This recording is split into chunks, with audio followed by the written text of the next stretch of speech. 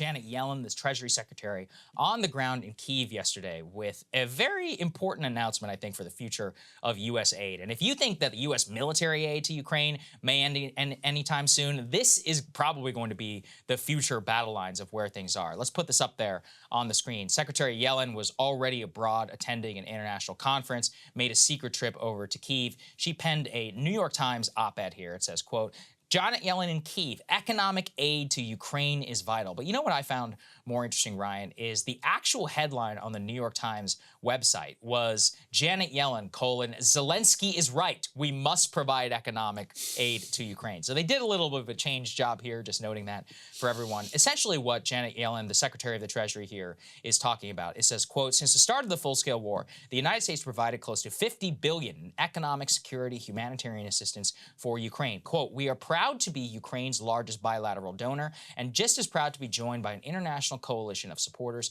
including the European Union and other members of the Group 7. But what actually really stuck out to me was the type of economic assistance we were providing to Ukraine. I don't think people understand that this isn't just about the war effort. Quote, we have helped Ukraine mount a vigorous response to assist 1 million people who've had to flee their homes, providing, quote, social assistance, housing and utility subsidies, pension payments for millions of vulnerable Ukrainians bearing the economic brunt of the war. Our aid has enabled the civil service to continue to operate the government, ensuring that it remains stable. So this kind of illustrates what I have always said about the Ukrainian war effort and really just about the extent to which the U.S. is backstopping this.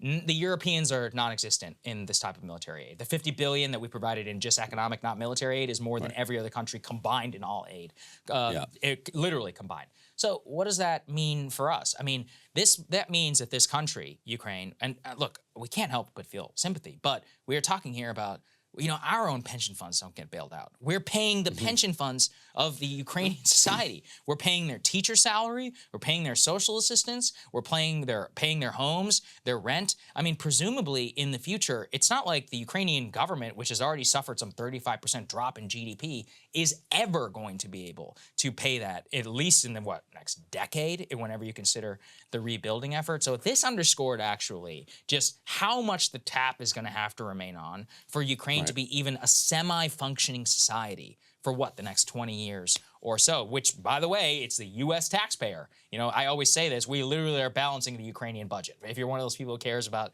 balanced budgets, like we are balancing theirs before we're balancing ours. Now, you could say they need it more, and I certainly think that that's true, but, you know, we should be honest about what exactly this entails for us.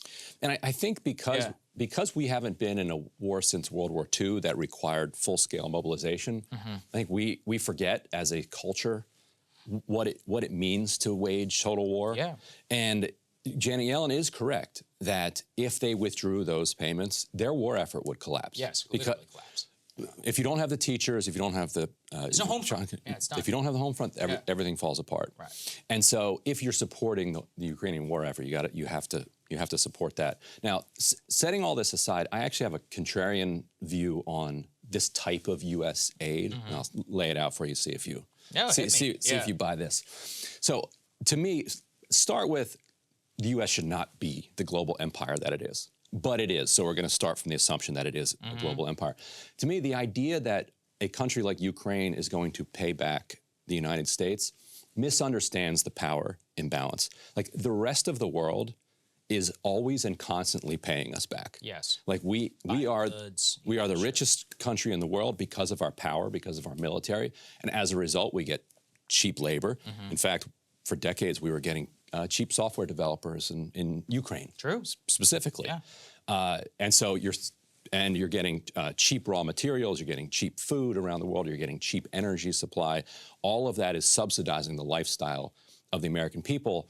And so it's kind of off to say that this type of funding is actually draining U.S. coffers, because it's actually filling them up. Like, we're not doing this for Ukraine, and don't be fooled by that. Like, Well, I think that's fair. That's a typical like kind of soft power civil society aid argument. I think that's fine. I mean, my main question is like, this is one of the most corrupt countries in all of Europe. Like, are we actually paying out pensions? And she talked a lot about she talked a lot about all the safeguards they put in place. No, that's fake. But then if you get to the bottom of her piece, you're like, our safeguards are through the World Bank. Correct. Because very specifically in our law, Rand Paul pushed for more money for the IGs, pushed for let's attach some actual transparency to this spending, and Congress rejected that.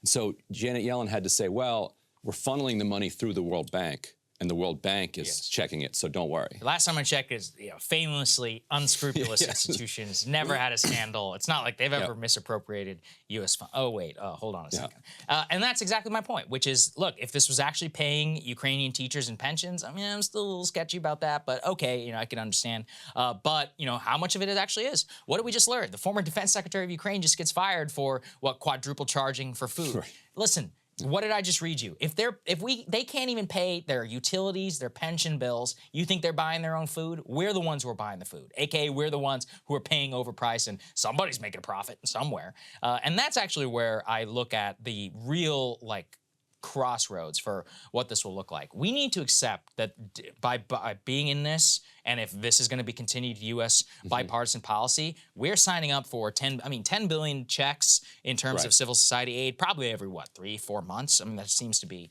what we seem to distribute, at least in economic aid. Well, all right, is it being spent properly? No. Actually, the U.S. Treasury Department says they have, quote, no indication that any of our funds have been misused. And then, as you said, you read a little bit deeper, and you're like, oh, well, they have no indication because they're not checking. Well, okay, I could say a lot of things. That I have no indication X is happening, but if I'm not looking for it, then what do I know about whether it actually is? And the second part here, let's put this up there on the screen. This also just goes to show you, for all the Republican talk about no more aid to Ukraine, they secretly passed an extra $10 billion aid package for the second year on Friday, hours after announcing $2 billion in additional military aid and a new round of sanctions against Russia. I don't even know what those sanctions possibly could be, but the point is that this extra, quote, $10 billion is being dispersed by the World Bank Public Expenditure for Administrative Capacity Endurance Program, aka PEACE. I can see what they did there, which they say is, quote, crucial